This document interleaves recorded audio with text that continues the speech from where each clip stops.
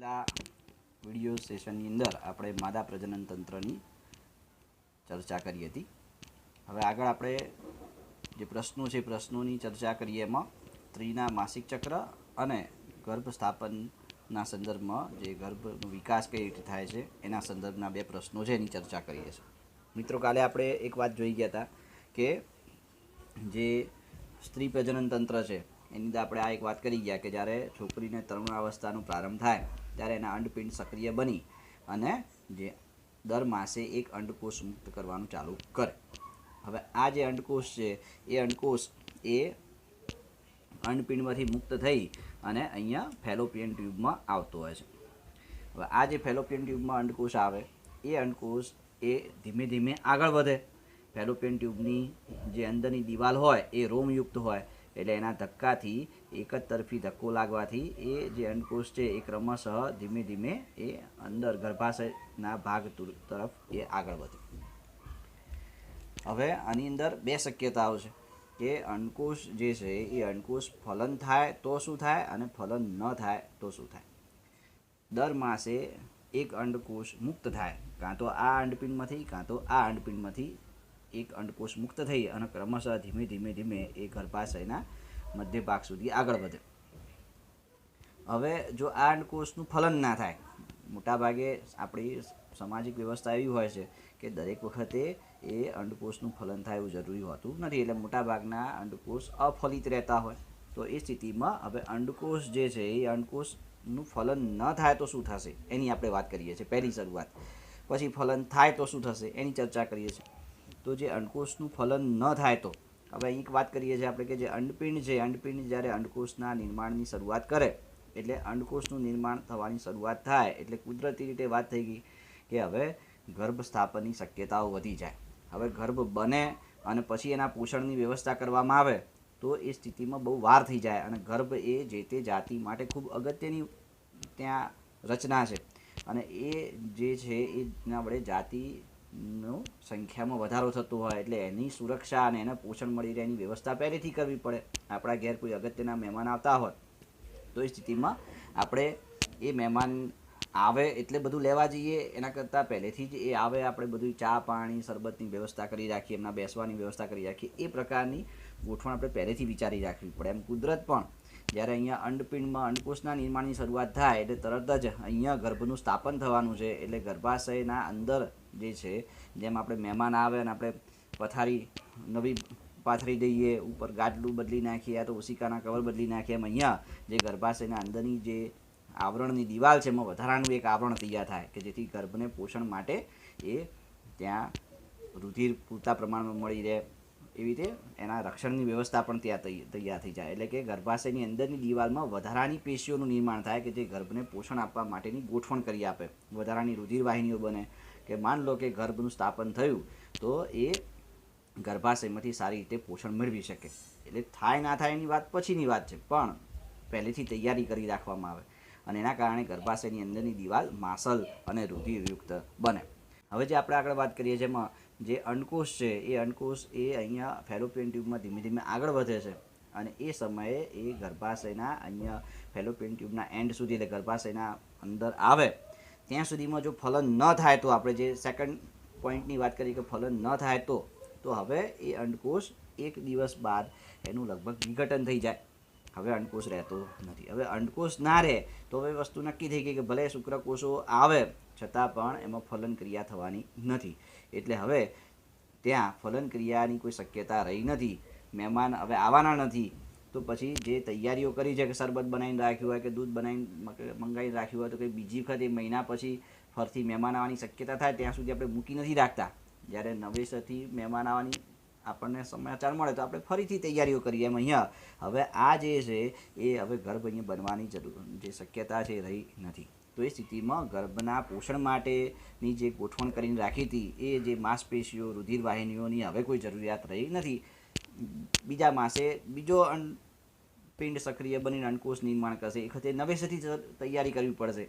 જેમ મેં વાત કરી એમ કે મહેમાન જ્યારે ફરીથી આવશે ત્યારે ફરીથી એ તૈયારીઓ કરવી પડે. એમ અહીંયા દરેક વખતે નવી તૈયારીઓ કરવી પડે. એટલે કે હવે જ્યારે અંડકોષ એ જે છે એ નાશ પામી જાય એટલે હવે ફલનની કોઈ શક્યતા રહેતી નથી. અને એ સ્થિતિમાં અહીંયા હવે જે ગર્ભાશયના અંદર ગર્ભને પોષણ આપવા માટેની બનેલી વધારાની રુધિરવાહિનીઓ, માંસપેશીઓ એ હવે ધીમે ધીમે ટુકડા થઈ તૂટી અને એ ત્યાંથી બહાર આવશે.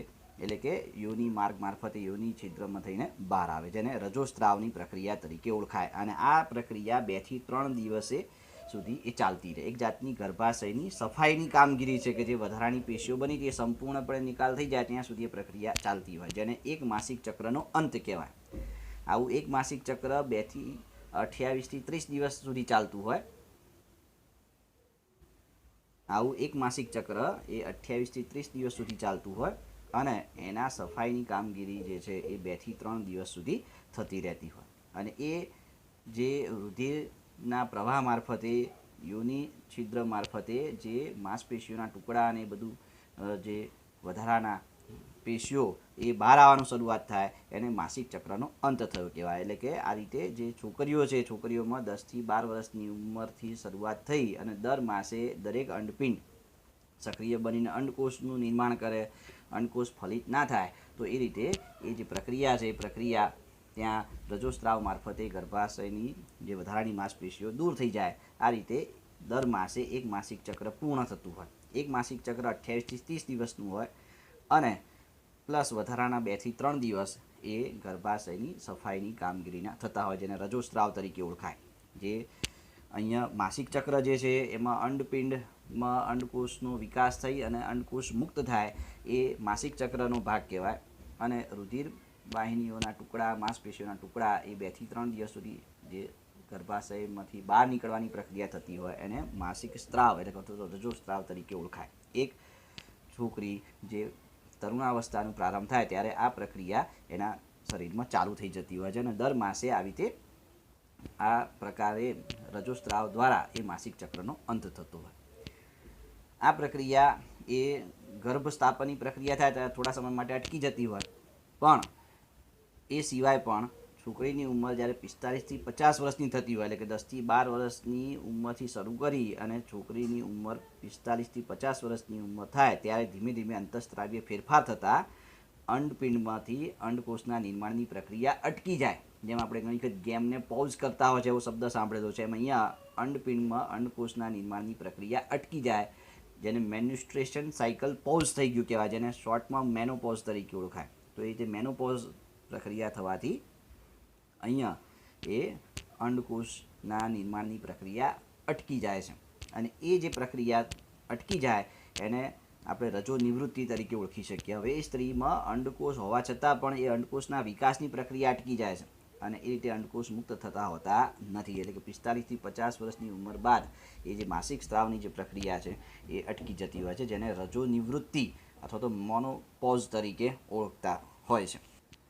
તો આપણે જે વાત જોઈ ગયા એમાં કે જો અંડકોષનું ફલન ન થાય તો અંડકોષ એક દિવસ સુધી જીવિત રહેતો હોય છે અને દર માસે એક અંડપિંડ સક્રિય બની અંડકોષ મુક્ત કરે છે, જેથી ફલિત અંડકોષ ગર્ભના સ્થાપન માટે દર માસે ગર્ભાશયની દિવાલ માસલ અને જાડી બને છે, જે ગર્ભના પોષણ માટે આવશ્યક છે. આપણે એમણે વાત કરીએ એમ કે મહેમાનના આવવા માટેની એ તૈયારીઓ છે.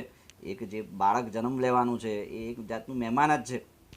ફલન ન થાય તો આ આવરણની હવે કોઈ જરૂર રહેતી હોતી નથી. તેથી આવરણ ધીમે ધીમે તૂટીને યોની માર્ગમાંથી રુધિર અને શ્લેષ્મના પ્રવાહ સાથે શરીરની બહાર ત્યાગ પામે છે, જેને ઋતુસ્ત્રાવ કે માસિક સ્ત્રાવ તરીકે અથવા તો રજોસ્ત્રાવ તરીકે ઓળખાય છે, જે 2 થી 3 દિવસ સુધી ચાલે છે.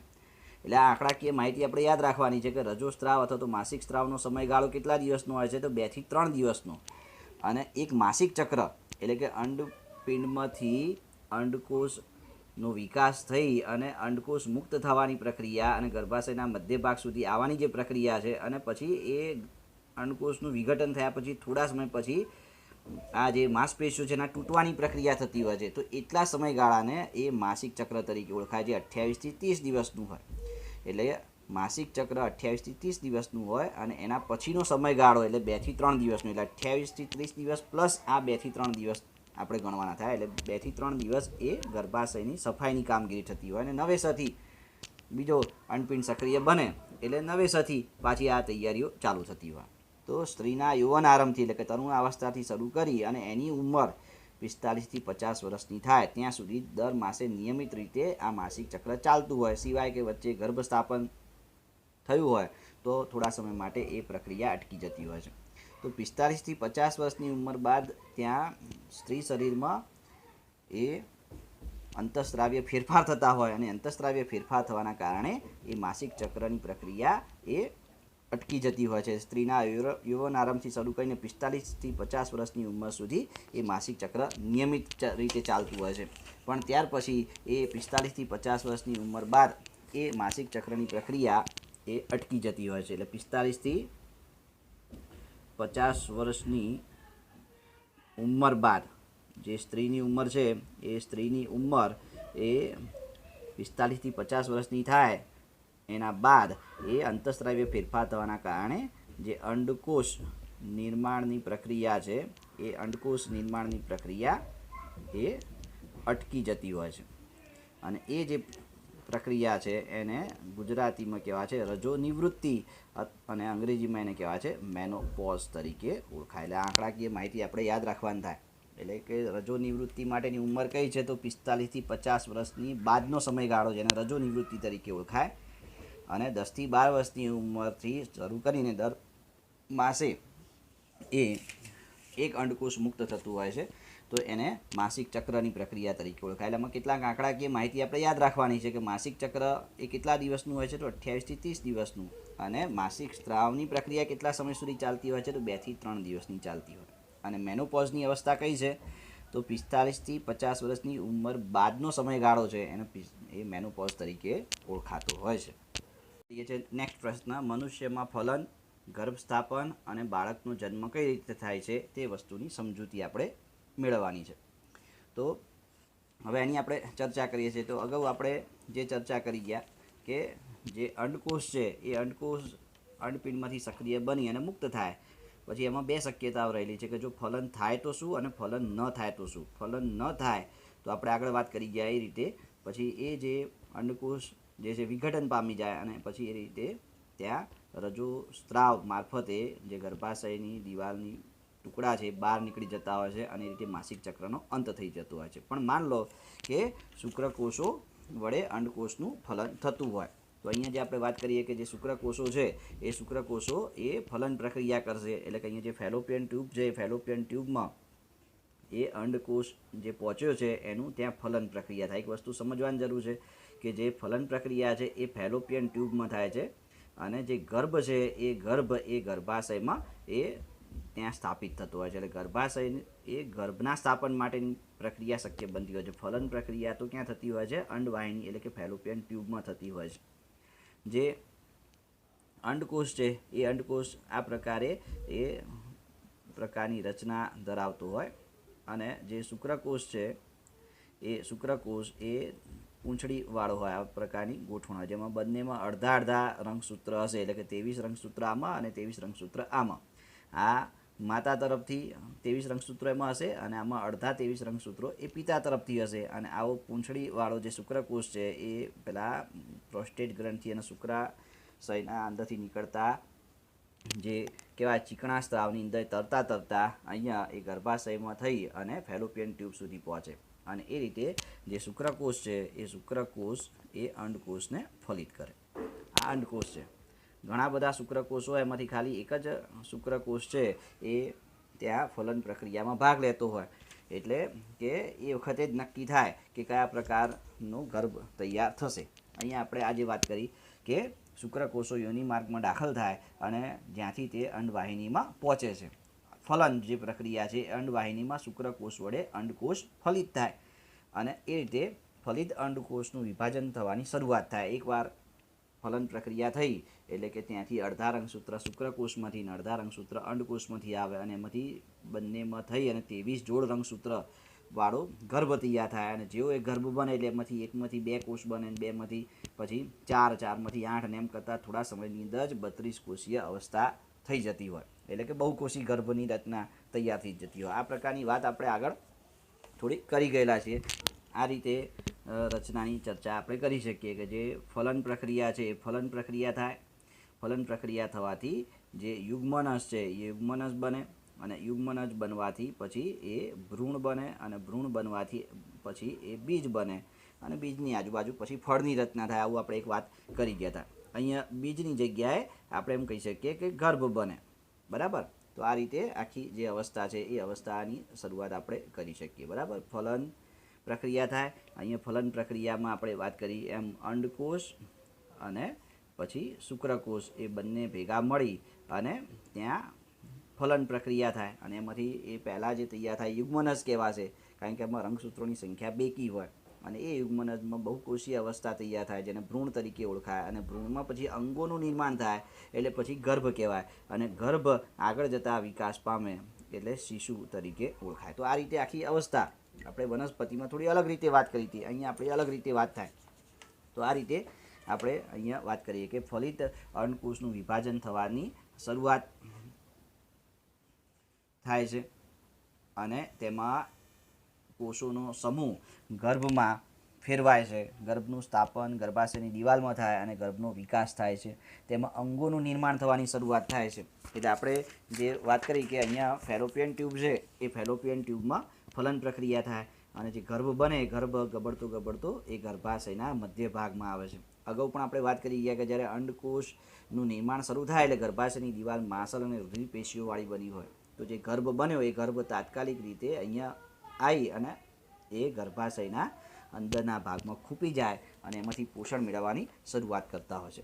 ગર્ભને પોષણ આપવા માટે ગર્ભાશયનું અંતઃઆવરણ જેને એન્ડ્રોમેટ્રિયમ તરીકે ઓળખાય જાડું હોય છે, જેમાં પુષ્કળ પ્રમાણમાં રુધિરનો પ્રવાહ પસાર થાય છે. ગર્ભ માતાના શરીરમાંથી જ પોષણ મેળવે છે. એટલે માતાએ પોષક દ્રવ્યોવાળો ખોરાક શા માટે લેવો જોઈએ? કારણ કે અંતે એ ગર્ભ માતાના શરીરમાંથી જ પોષણ મેળવે છે. માતા જેવું પોષણ મેળવશે એવું જ બાળકને પોષણ મળવાનું છે. તો એવા સમયે માતાએ સારા પોષક દ્રવ્યોવાળો ખોરાક લેવો જોઈએ, નશાકારક પદાર્થોથી દૂર રહેવું જોઈએ. આ એક જરાયુ જેવી રચના હોય છે કે જે જરાયુ જે છે એ ગર્ભને પોષણ આપવા માટે એક વિશેષ પ્રકારની પેશી છે જે ભ્રૂણ તરફની પેશીમાં પ્રવર્ધ હોય છે.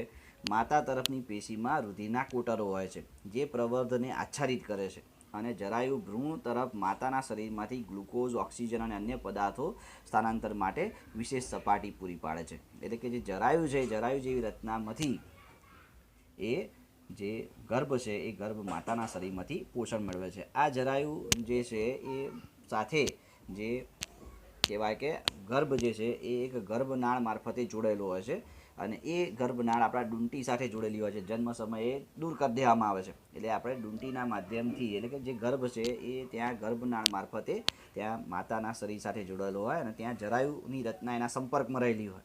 એટલે જે નકામા પદાર્થોનો નિકાલ છે એ પણ જરાયુ મારફતે થાય, પોષક દ્રવ્યોનો નિકાલ પણ છે એ જરાયુ મારફતે થાય. એટલે કે માતાના શરીરમાં જે પણ પોષક દ્રવ્યો છે એ રીતે ત્યાંથી દૂર થતા હોય. વિકાસશીલ ભ્રૂણ વડે પેદા થતા ઉચ્ચક દ્રવ્યોનો નિકાલ પણ જરાયુ મારફતે માતાના શરીરમાં સ્થળાંતર પામે છે. હવે માતાના શરીરમાં ગર્ભ લગભગ 9 મહિના સુધી એ વિકાસ પામતો હોય છે. 9 મહિના સુધી વિકાસ પામે અને પછી એ રીતે ત્યાંથી એનું પ્રસવ દ્વારા જન્મ થતો હોય રીતે આવે. આ પ્રશ્નમાં આપણે મેઇન જે પોઈન્ટ છે કે ફલન પ્રક્રિયા ક્યાં થાય, ગર્ભ સ્થાપનની પ્રક્રિયા ક્યાં થાય, ગર્ભ ક્યાંથી પોષણ મેળવે છે, જરાયુ શું છે એની વાત કરવાની થાય અને પ્રસવ પ્રક્રિયાની વાત થાય. એટલે આ રીતે આખો પ્રશ્ન 3 થી 4 માર્ક્સમાં પૂછી શકાય.